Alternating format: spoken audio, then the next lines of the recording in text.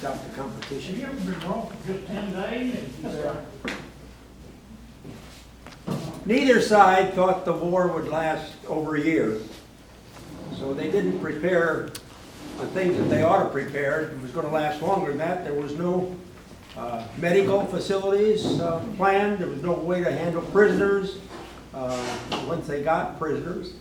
And so they did very little. The North thought that because of King Corn, the European countries would join them in that side of the war. The South thought that King Cotton, they'd surely join the South. And each one of the European countries could send observers to walk and to be with either side. And so they became recorded. The London Times said that Lee was a very able man. And Lord Hollingsworth said, Lee is equal to Napoleon. And here's a Dowd that was in the last campaign with Robert E. Lee. Had a commanding presence that would be an understatement. His aura, his glow, his able to be a leader was majestic in its very quality. Lee seemed obsessed that he would someday maybe be President of the United States. Unquestioned acceptance of Lee was around every leader that walked with him. The war caused 200,000 young men to die. Several $billion in dollar costs. It brought new occupations for ladies. For the first time, ladies became clerks in offices. That was always done by men. And for the first time, ladies became nurses. Who ever heard of a lady bathing a man? You know, that was a man's job to do that. And so there was some things like, and even that, the acceptance of prostitution was a little more acceptable in the very camps themselves than ever had been even dreamed of. Lee's father tended horses for George Washington. He was called Light Horse Harry because he wanted to muffle the sound of horses going into battle. And so he found a way of muffling that with cloth. And so he had that name.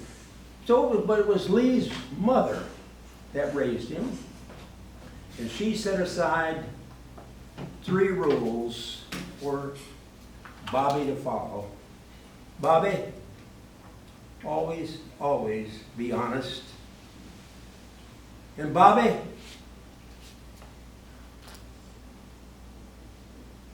bring honor to yourself, and bring honor to your family, and bring honor to your country. And Bobby, always walk the second mile with the man that's closest to you. Don't give up serving others. So Bobby went to high school, geometry and Greek. He planned when he left high school that maybe he would become a minister. He carried a saddlebag on Traveler, his horse, and as he would go down the road, he would write notes to himself of whatever spiritual things that he could think of. And he'd put them in that saddlebag, and some of those are published now. But he was a man that kept track of ideas that he had and what those ideas might turn out to be. Well, his family was military. Bobby decided he was going to be military, and he went to West Point. He went to West Point and graduated the top of his class at West Point. He majored in engineering. They sent him to New York to help design roads in New York City. And then they sent him to St. Louis, where he did the same thing with canals around that city. But Bobby said, I'm a soldier. I was prepared to be a fighter. We were at war with Mexico over the border. That had been going on for some time. And Bobby said, send me down there. So they sent Bobby down there, and he met Winfield Scott in San Antonio. Winfield Scott had a strategy for going to battle. He would send, if here would be the enemy, he would send his full force against the enemy, and then they would pull back. A third of them would stay there, and 2/3 would go around to the side or around to the rear, and on signal, they would attack. My job as Robert E. Lee, an engineer, was to find the way around, the best way around, to lose men but to win the battle. They pushed them and pushed them, and finally they pushed him to Mexico City. They went into Mexico City and they couldn't find the enemy. My job as engineer was to go around the city and find them, find those enemies. And herdsmen that were ringing bells for their sheep said they've gone home. They've gotten on their horses and they've gone home. There's no battle here. So the next trip was to go back to Washington. Went back to Washington, and the president said,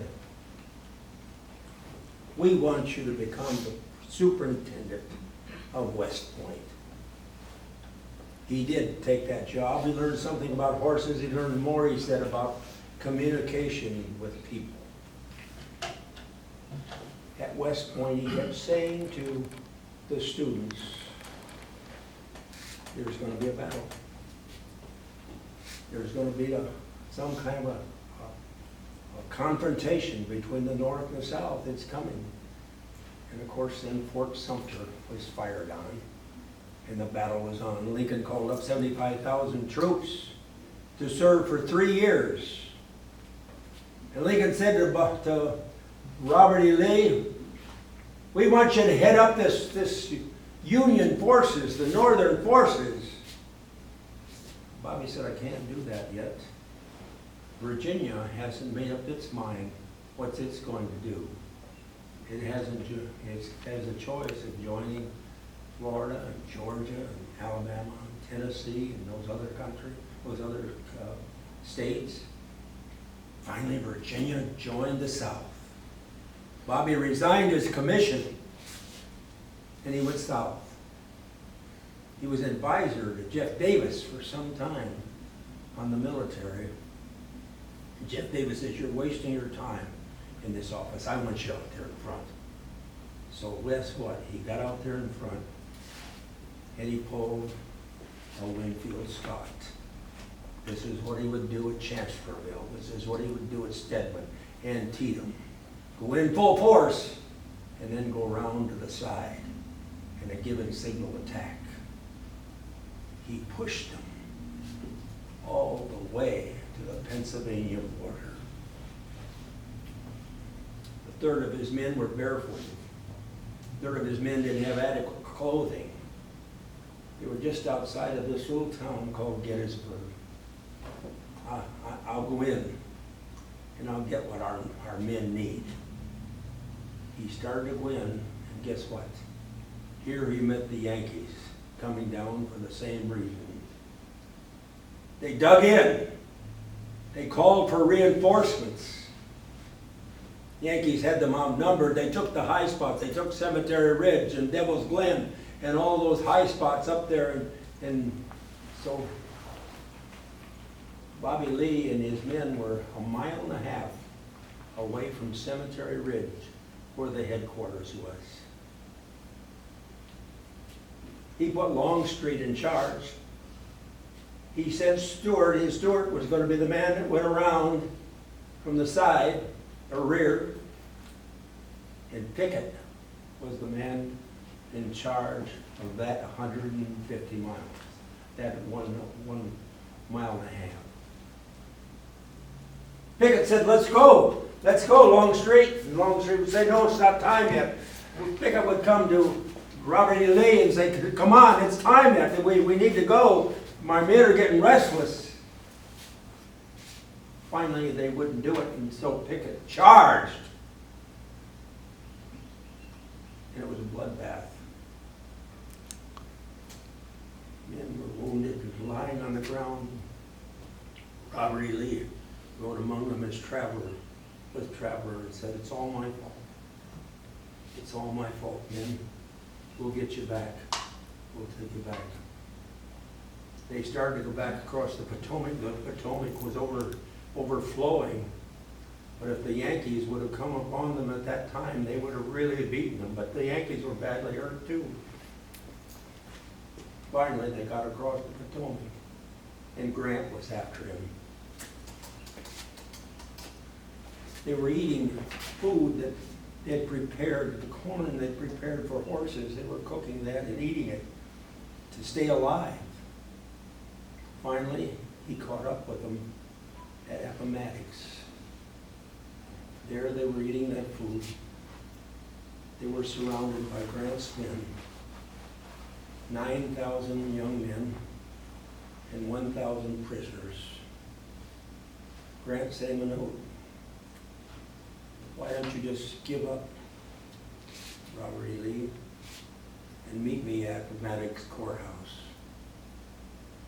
The men said, let's do what the Mexicans did. Let's just ride out and walk away from this war. Bobby said that would not be honorable to do that, Mother. That wouldn't be honorable to do that. I'll go meet Grant. Of course, he always dressed whenever he went in his finery. Grant was there with fatigues on and muddy boots.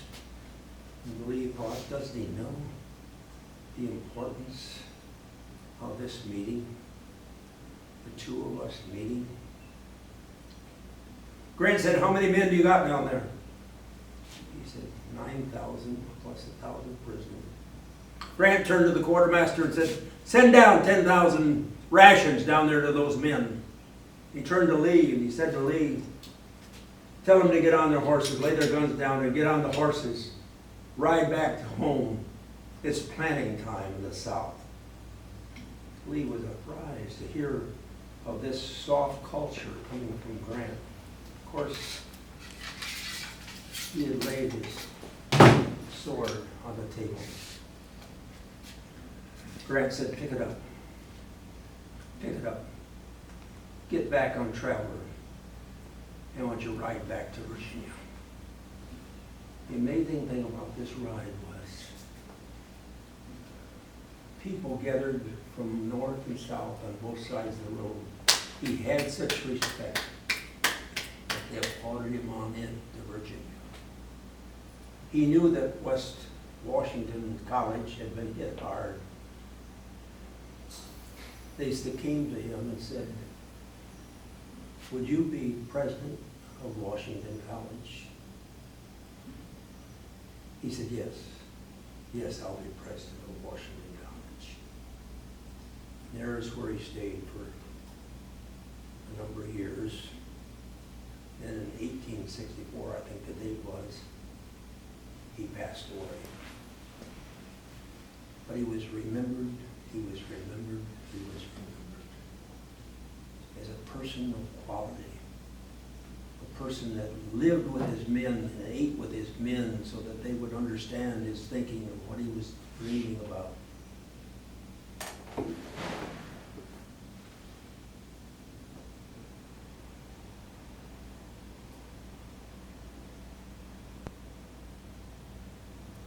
There's several poems that go with this as it closes.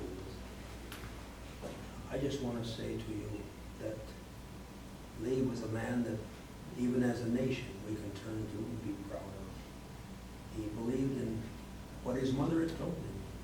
Be your best. Bring honor to the family, honor to yourself, and honor to this country. And he did those things. Thank you.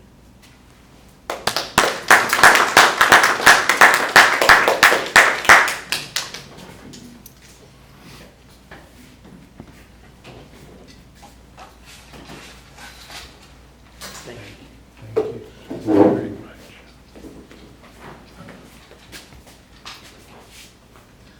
That was really good. I learned some stuff I didn't even know, and I'm old. Okay. Does anybody have anything else? No? Okay. Let's see, when's our next meeting?